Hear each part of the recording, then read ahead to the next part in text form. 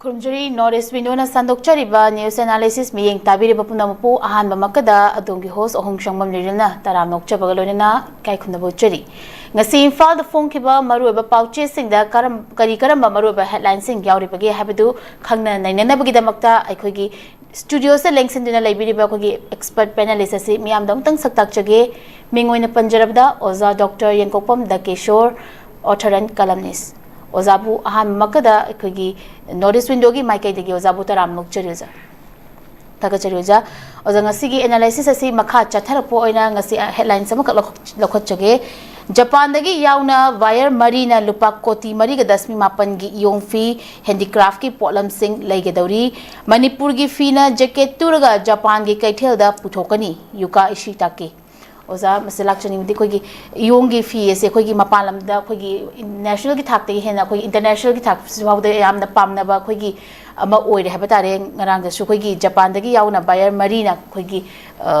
Yong fee Sigi like the Bagi Kogi Yexu Gano Kentucky the Pakoti Mariga Dasmi Mapangi Kogi director memorandum understanding Quick Pinacre Hibagi report Suyaroza. Masida si amna khoigi di state asig di amna laibak phabani haibata oza si soimtang za karmain thambe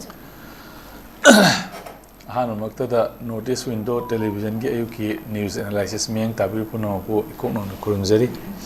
LIRIL masi am nongaiba khoigi lairiba khoigi manipur gi maruina nupi oibi singi ai tare ko hojikti na nupi khakta da pibdi yadre nupa sumaya ma yaure ko masi kano myam sideda but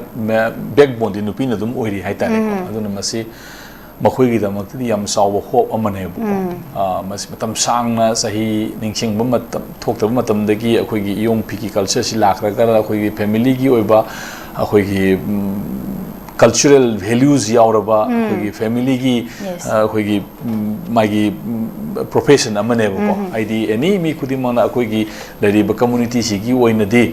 khoi jagoi saba amadi phi saba haitare ko si masada loina jarakpa dugumba magi id masi kaino haibanda khoi cultural bonding sam yauba magi whole kano magi life ki my circle se maside da masi ki kano ma dum loina raga dum lak paitare ko khoigi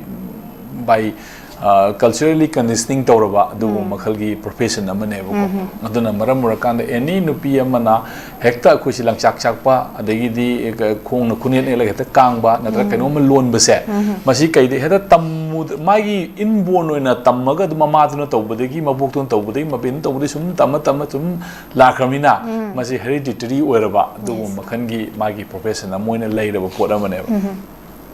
sigumba laiba pot ase Prithvi gi akhoi gi lady balebak si kaktana tana malem gi ato balebak mayam singna masi masak khangdana masi gi values amadi masi gi lady ethos mayam masi di yauri ba values mayam sing se masi khanga kan si da akhoi gi Prithvi gi lebak sing sina leirage haidana sigumba sahi amagi sumaina 4.9 crore gi ko contract ama akhoi gi director of akhoi gi kanogi textiles haitare ko industries and masi kanosiga masi memorandum of understanding sign tawna dana kon dana tawi base manipur gi yam sawa economy gi summit loan gi phawba pot amani hena koina adum yengba yai tawbudabu sida koina criticism am piba taragadi aikhoi gi lairiba yengkadoi pose mapalam gi mina laiba haiba taragadi mongonda magi value compromise to the pot ama mathau tarakane bu koina pot yole haidana so ami yele haidana so mai keno singa si contract singa si agreement haibasi nakan namna pamdre haiba kana kai ga doine aina tawdabi yaro heavy yaro maram daidori miduna pamde hairadi wandu kai ga ne bu ko aduna maram kana hoi man leine na sign tawgi ba sahi dum dileram bi yai but madudagi mana satisfaction du phangtragadi tangi sahi da hoi madu keno du tawbunga maroi harpa kana aina namna leide yaro ena madu guarantee leba na te bu adara masida ngaka de guarantee di no haiba kana akoigi leiriba sinaibi singa se masina ngaka da baneba magi value singa se adana masida leiriba moina uriba values ngasi uri value se ada akoina masi compromise tawdo mathau tai adi akoina expo की दमकता नत्रगा trade fair की दमकता यामने specialise होएरगा मखोय पुनु हुनबगी दमक तौरिबा पोटसिंग असे मखोयना लैरिबा खुदिंगी मसीगी texture सिंग असे मसी माई maintain तौरगा थंबम दिसंगे अदु नत्रगदी समना कांदा अखोय सिदे की home लेकियना Hiren's खलोने ममांग दसु तौनख्रेनको अखोय की home मयाम pineapple से अदु मपाले गा कांदा मददा मोइना थामेबा कंडीशन हाइतारे आई लेदेबा कंपनी तु नत्रगा मोइना टेस्ट तो मतमदा यावगदबा शुगर लेवल यावगदबा पेस्टिसाइड्स लेदनको असी मैम सिंग असी मोइना मदुगी ट्रेक कनो तरोकांदा अखोइना एक्सट्रैक्ट तरोकांदा फंगी मदुदा वैल्यूज मैम सिंग दो मदु कंप्रोमाइज मोइना फांगी पामी पोतुगी लेवल दु मेंटेन तौदबा तारगदी लेगिदो मिदुना कछु लेरोयबो अरमाइ तौतना लेरिबा पोट मैम सिंग असे योंगी पीना मागी अदुदगी अखोइना उगदोइसि कनो हाबा कांदा अखोइगी लेरिबा पोसिदगी मोइना डिजाइन ओंथोखिबि याय अतौदो मसिदे अखोइना सेक्शन लोगदो पोसिदि अखोइना इंटरनेशनल लेवल लाबनिना पोसिंग असे योंगी लेरिबा अखोइना तौरिबा डिजाइन मैम सिंग लेदनको सि मैम सिंग से अखोइना पेटेंट तहोबम संगी अदे अखोइगी हाबा पोट अमा थंबम संगेबको अदु कांदुदेदा मागी लेरिबा मैमदुना मोइगी जापान न लेरें खलो नत्रगा इटली लेरें खलो नत्रगा फ्रांस न लेरें खलो हाइबो पोतुना सेमदोप कांदा अखोइगी वैल्यू दु मांगदना मोइगी वैल्यू खरा एडेट तौखरदौने करिगुम खरदको अदुदा हाइबो पोतु सेमदोप कांदुदा मदुगी रूट कोज दो मदुगी हौरकफम दो अदुदी अखोइनी हाइबगी ट्रेक तु मांगहनदना बगी दमकता मदुगी पॉलिसी अमा यावरंगनी को खंगै ngaktene अखोइना हाइरिसिना सुम माइकन दुदा हाइबे वानी हाइबो पुक मैम सिन मांगहनदना थंबा यानबगी दमकता मदुगी करी करी लेबनो हाइबदो मदु यंगसल मतुंगदा हाइबो सेमतोरको सादरोको मतमदा मदुगी लेरिबा अखोइगी हानेगी लेरिबा अखोइगी सिदगी हौबनी अखोइ सिदि थोलकपनी हाइबगी मागी रूट कोज दो मदुगी वैल्यूज दो मांगदनबगी दमकता मदुगी प्रोटेक्शन लेनब पोतु मस तोबम संगी एट द सेम टाइम होजिकी पोसिंग असे अखोइगी लेरिबा सिनाइबी आर्टिसन सिंग असिना मागी लेरिबा पोचिंग असे हैंडलूम्स एंड हैंडीक्राफ्ट की पोसिंग असिगी मागी वैल्यूज सिंग असे मसी कंप्रोमाइज तौदना पोट मिंगोन थाजब हाइबसी कइनो हाइबा कांदा ट्रस्ट तु मांगरगदी पोतु लेरोइदोनेबा अदुना ट्रस्ट तु मांगदमिंग नमता मखोइगी थबक सेक्शन बा अदु अखोइगी जाति अखोइगी फुरुप असे यामना कमिटमेंट लेबा मथौदा सुमाइना इंटरनेशनल लेवल दा मालेमगी ओबा मागी थाकता मसी अखोइगी वैल्यू कंप्रोमाइज तौदबा अदुगुम्बा फुरुप पिअबसु पिकनको अदुगुम्बा मियोइ कांगलु अमनी हाइबसी सक्ताको मतमदा मदु खांग मतन मखोइगी सु असो फिदा अम कलकदोरिनेबको अदुना हाइबा मैम सिंग असे पुनमु यंकादा मसी not only our economic perspectives मसीदे यंकादोइसि अखोइगी सोसाइटी की वैल्यूज को अखोइगी सोसाइटी की कमिटमेंट अखोइगी कनो ट्रस्ट मैम सिंग असे मसी लोइनो मसे यावी हाइदना खल्ला कांदो थबक तौरिबा मसीगी लमदा लेबि मैम सिंग असिना मदु कंप्रोमाइज तौदबिदा मैम की थाजबा मालेम की थाजबा दु मांगहनदना HYBE सथरगदी Hena फबा Hena सखोटपा मोरकनी N I सुमाइना थंजगे थंगसिना कोगी चोरचापुगी district लमहेन चुहेनबा Singh Larry तुबोंगी SGO BDO office May थारमले ओजंगसी ngarang numidang pung 8 taramdai tuibongi khulmul khulda leiba sub divisional officer magistrate block department officer SGO SGA SGM BGO gi office mai tharamle office asida hozik laingak na IDP singda nomada lupa marfu ga mari gi changda mikokta pibya horakhiba matungina district asida hangba relief camp singa changjafam lawrakliba IDP sing dasu senfam asi pinanabagdamak akan bathaba paikhalakpada seasonariba record pumnamak kanbangam haudre tangoi tana mai chakre oza haiba wafum sa khogi yamna laibak thiba haiba tare khogi su khogi lega kisu mangjaba haiba tare oza sa matang oza kramani ni issue se intentionally tawbune maram di masida IDP ki issue se naraga IDP sing ki masa khangdo matamda IDP sing asi kana no haibasi verify toro matamda adigi di haiba me question tawdoimina ko or then adigi SDO SDC office natra kano haibasi khogi record khogi kano ne buko khogi ngawai village diary na khoi khun da leina adugi dagi develop tawra kan da madura record si keep tawdoine ba lane gi natra ga population gi missing gi kari gi lari ba mayam sing ase loina masida database kan ore kadoine ko adu mahang ramai thado khargadi इतिहास की pot ma'am पुवारी pot ma'am मांगरे मांग थीगत पाइबी amuk mangi pot am thigat paibasi magi database tawba digitalize tawba kharduna oire natraga di karai denu maraga thirakpa kanduda moigi laiba anouba hongjele I haiba lai haiba kaidoba mayam sing kari record mayam sing adu mayam sing hoi settlement ta kari da moigi matam gi lairangani ko matam mangya ponti loina moi ru thar ka shuti oiroi kana badi phangoi adu intention di adu ne ko laiba pot mayam sing da mo hindran sensen pira kanduda moigi data mangal laiba mai fact mayam sing ado madu akhoi kaino tawba yana ba haitare legalize tawba yana ba document letraga di adu ne na haibi yai dana ko adu mayam sing gi tawbi intention na yawu male aduna layu mayam sing ase masi government na masugumba mi sing ase akhoi matam sana thabuk lokala kamdu da mokoi dagi mogi intention du khangdok pai tare photo phawa punba jail thambuduna tongan pom sakanda moidagi intention ama khangdok ma thau tai ko moi tawbugi intention du kari no haba na kana na initiate tawga karai ri lakbo pono du khangdok pa tai madu gi damukta law and order pai riba khoi manipur lengang na ko madu phajana madu jenghela kana thabuk matam sa lokala kanda mokoi gi leiba mayam sing adu kai dobagi no haba intention du khangna bo na ba amadi record mangi mayam sing ado madu karai ri check tawba ya ga ge du kona ba thau tai na idi sumaina Delhi car bomb blast attack chathabada chena ba khudimak thiraga fanana ba Home Minister Amit Shah na agency sing da khangan khre nakalom amarom da ngarang ki thodok sibu All India Trinamool Congress ki National General Secretary Abhishek Banerjee na akan bamong da yaning da ba phungdok khibaga loina na koigi Delhi Home Minister gi makha da hakthina mathok pangthok liba security agency sing alone na makoina law and order ngak senabagi to tekchak purakliba haibaga loina thodosigi security gi maikadagi ahung balaiki badagi thokriba thodosi hangladuna khoigi Amit Shah Home Minister si fam thadokadabani haibagi wafam su yaurioja nak Trinamool Congress gi oza ma se thokiba thodosi handakisna ahan basunate mamangi khoigi April gi 22 da su khoigi Pahalgam attack akan bamong de yamna nuai taba thodom su thokiba leire haiba tare oza oza samatang se kora maina yim oza lerin masi kaino ni akhoi India gi internal security se masi yamna adum isi threat leiri haibadu ne ko masi da uliba pose ma taseng bagi di ko aduna leiri ba pot si de da akoina leigidra ba misam amadi asopan na taraba wana taraba mayam sing du gi da makte di as a human being ko akoina si iba nari ba natraga leigidriba munung awabado madu da di akoi su punna madu gi condolence to we condole to we ko so gabun thoi aishu dum awa phungdok pada madu gi so yazari luriba issue di akoina section gadaba area si yamna alert oiraba highly alert oiraba zone Delhi haiji ko capital of the state koi nation asi capital ni ko ana asigumba jaga da adusu Lal Killa manak hai tare ko yamna sathi ba koi India gi keno si Lal Killa hai ba jaga si Red Fort hai si kaino hai ba kanda matam amagi koi keno ni dana ko koi kunung hai tare ne ko matam amagi ledi ba mayam dugi magi leibak si yam aruba pham amane bo masai gi yamna highly sensitive oiraba security zone marak sida bomb blast ama pokhairaga mi leitaba thon bai bu se masi asamba mi na tawgadaba nate nang na tawru yaroi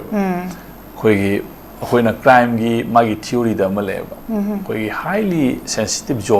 zone da organized crime ama sathaba taragadi established institution sing adugi keno khara soidana yawgani aidi madugi magi madudai da satpada athing apan leitaba mi chathok yasin tawbada thoidokna problem leiroidaba mi manung dabudi ma masana khanba wakhandu oiba mapan dadi ma si uba kanda adugi mini ana khanba magi hojiki hairiba sing adugi leiriba security arrangement du yawriba established tawriba institution adubu salairiba mioi khara madugi conspiracy soidana khara yawgane yawdaba yaroi adudagi hana check tawgadabani haidi kana no kamai tawbunon natragadi ai neta changaga ta bora khawm pairaga adai bom thadro kwanda kana nang masa khangdaba kana no na hana phabana hane bako bom ka kai saru mase thi phangwe bako adun leiriba posidi makoi gi organized crime ama tawrabani chatharabani na hairiba crime adu chathaba kan adu deida established institution kharagi mioi khara soidana madudida yaugani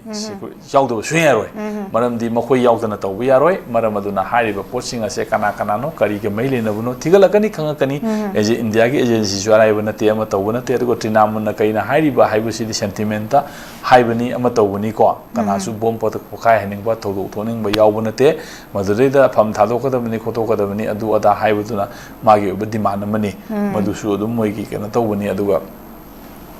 tawriba posidi ai gi ming dagi di india gi internal security the threat still lady haibane ko not only kano khakna tan delhi yona capital city yona parliament bom bokai en bagi tawdok lai gre adagi di se pahalgam attack lai gre adagi di hujik lai ba si delhi gi blast lai gre bombay serial blast lai gre ko mayam lai gre ba aduna lai ba se india gi internal security da hojibok threat lady haiba pose masi yamna section ningai oiba da government gi yama so ba singna ba mane bu ko delhi da bom pakai la pangam ba haibu se aduna sigi posi khoina yamna haina singni yengbum sangi aduga leiriba institution mayam sing ase kayam thamoi singna thabak tawri ke haibu se madugi check and the balance tawba matam oire india gi oina ko aduna tragadi india government si yam aru phiom da lakpe ai aduga then amana haibu sina maram rakana ngakpa khotpa program lakpa taragadi india gi basic concept si kaino haibu se masi su moina revisit taw mathok tai natragadi people sing sina india haiba kaino sida karmo no punu honari madura ka mai react tawri tawri mi ju kanano haiba poto or thola kana soitana khang kane ko khangdeba kana kana no kharasu moina phagat pa hore kole doctor kana kana no ga haibu su adum kaino no tawna rak pikano da yaw unaba thena re ko aduna ai haisini soidana karigumba miyamna sensitive oiba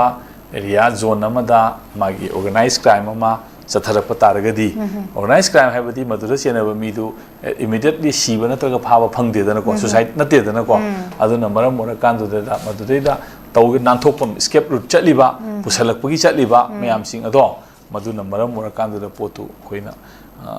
hairiba established institution sing adugi mi khara soidana yawgadabane yawgani haibuse hayeng nena kandu tholakani soidana yarongani ko tholakani adugi pot mayam singduni aduna masigi posing thajaba puraknaba india government na masi honaba mathok tai na sumaina thamjege aza mathang asna koigi aniruk shuba oina thadau impiga CSO singa tangdu leitaba puraknaba poram yatkre kokomi folks amuko arambai tengol gi mihut kunrom saruk yakhi ngasi aniruk shuboina tampaki CSO singa thadau impiga wari sanakiba aduda concrete point pukatuna wari sanakiba leite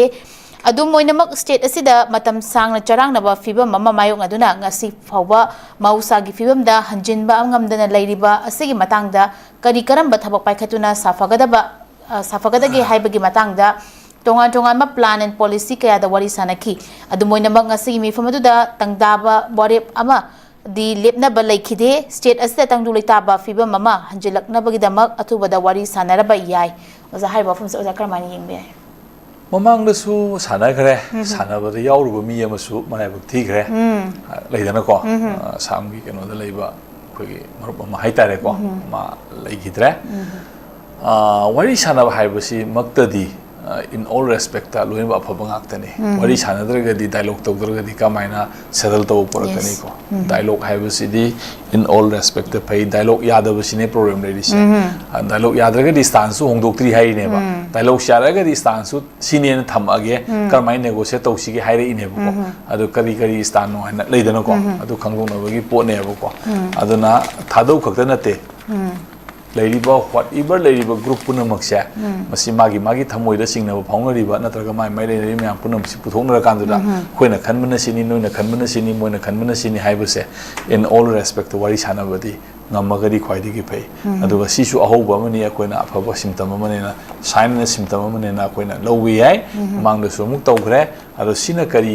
ahongba amadi makoida kari threat lakpa haibudo asi life risk lawra tawriba potne aduna yamna chauba khoi milestone step amanena adum ai thamjage wari sanaba sida sabsana ta thadau impina su loina ma conflict si gi solve taw ngam wada banate ko adai amuko adai folks leiriba kokomi adu ada mayam sing asu loina masi hata kana to yaga da banate adu leiriba posi wari sanara kan to magi dialogue sing adu gi mai khongchat amane ko adu leiriba mayam sing se koi yari ngai CSO sing asu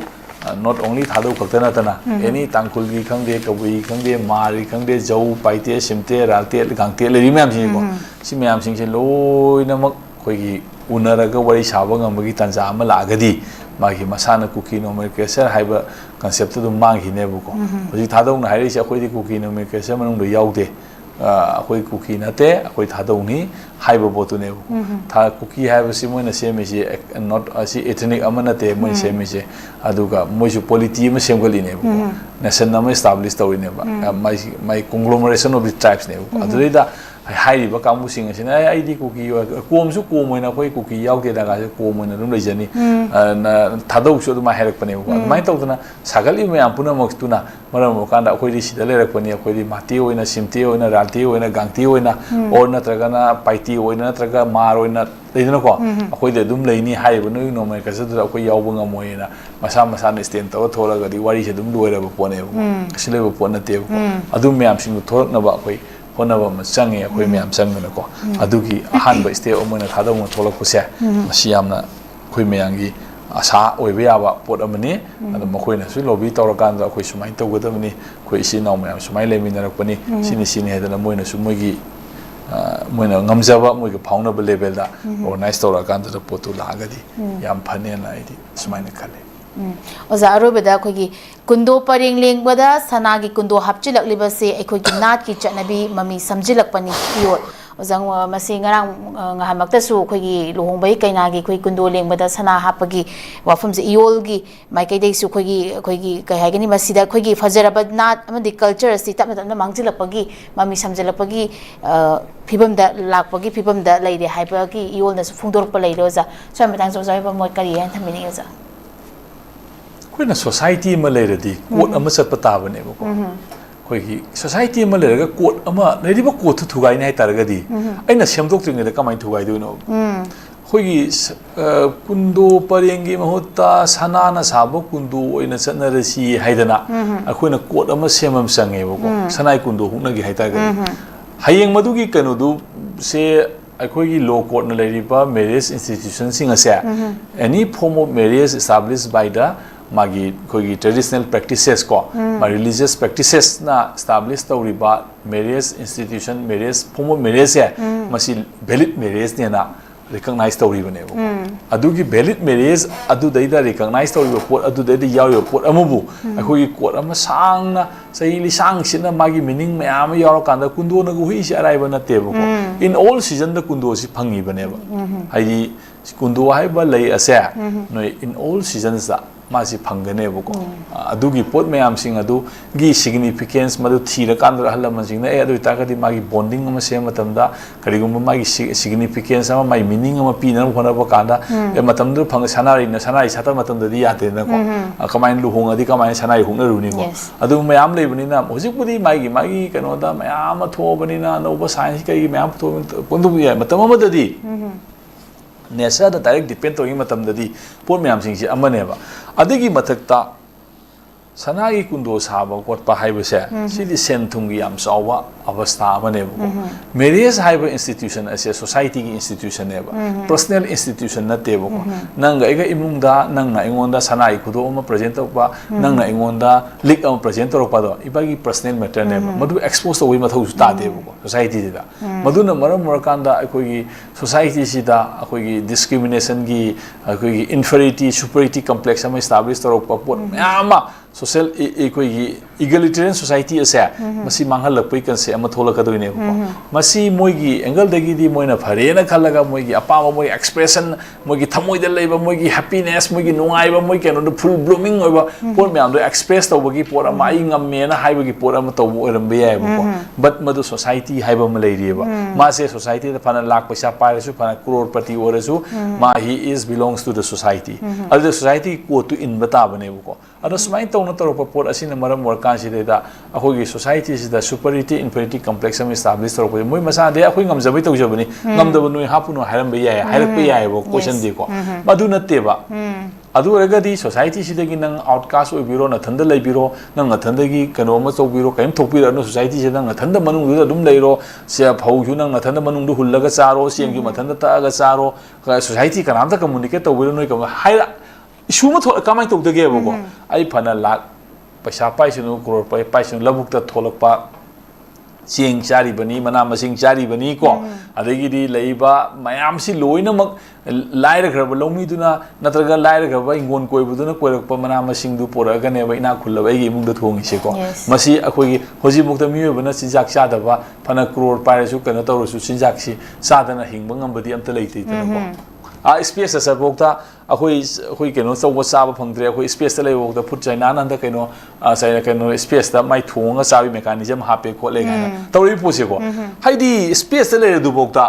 akoi thadong na ba yadri ne boko ai hai se ko aduna maram mo kanda society ma hai bisi keno hai ba kanda magi aina pesa pai pai na khun ma tawba ngam mayam le be madu mai personal matter ne magi area am to biyo boko adu society gi ba common code amadu lei ba posing asida disturb to ba hai ba se masi yam na laibak thiba akhoi society se breakdown to no bagi masa amne role model si moi gi ne bata makadu se ina kun mi du gi pesa pai ba du gi aso wasang du gi natra kanu du gi role model le mata makadu ri sing se khambra society ma role model si kai